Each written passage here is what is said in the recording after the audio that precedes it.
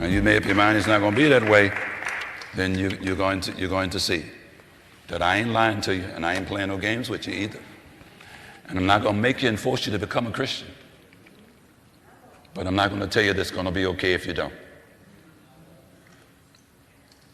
Yeah, that's the God we serve. He ain't telling us to pick up no AKs and try to make nobody be a Christian. But he's also not giving us the permission to tell you it's okay if you don't. I'm giving you this for this reason. And so there are all kinds of reasons why we're dealing with this. Leviticus 26, Deuteronomy 28 tells us that when the people of God, the covenant people of God, would not respond to God and would walk contrary to God. You read it when you get home. 5 levels of discipline God gives us in Leviticus 26. 5 levels. And he says, look, if you don't do it like I tell you, here's what's going to happen. You walk contrary to me, it's going to happen. If you repent, I'll change it. I'll heal you, I'll deliver you, I'll restore you.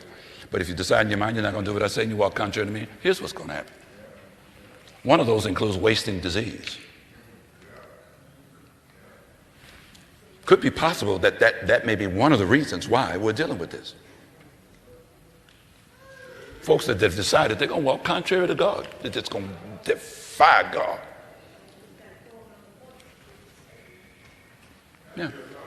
Yeah. Sometimes we don't know what the reason is. Sometimes God is doing certain things, and it's a judgment, and you were born into it, like the children of Israel. The babies were born into it. They were born in the wilderness, and the mamas and grandmamas and great-grandmamas had sinned, and they were born under that sentence. It wasn't something per se that they had done, but they were born under that. God promised to preserve them through it for 38 and a half years and bring them into the land, and that they would come into the land and they would live prosperously in the land, but their grandparents and their parents would die. And between that word coming out of God's mouth and them walking into the fulfillment of what God said, 38 years passed, 38 and a half years passed, really altogether 40 years.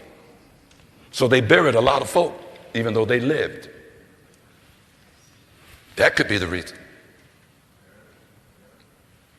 God's going to preserve some people through this no matter what, because he's determined to bring us into what he says he's going to bring us into as a nation. But then there's some folk going to die because they made up their minds. They're not walking with God. They're going to raise you to walk with God, and they're going to do everything in their power to keep the rest of us who want to walk with God from walking with God. That could be one of the reasons. Let's end with this, Romans chapter 15. Romans chapter 15.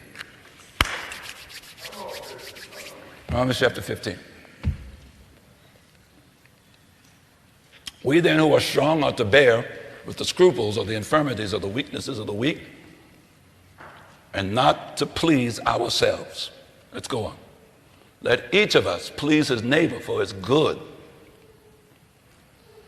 That's good according to God's definition of what's good, not just what the community think is good. A whole lot of stuff the community think is good ain't good in God's eyes. Right?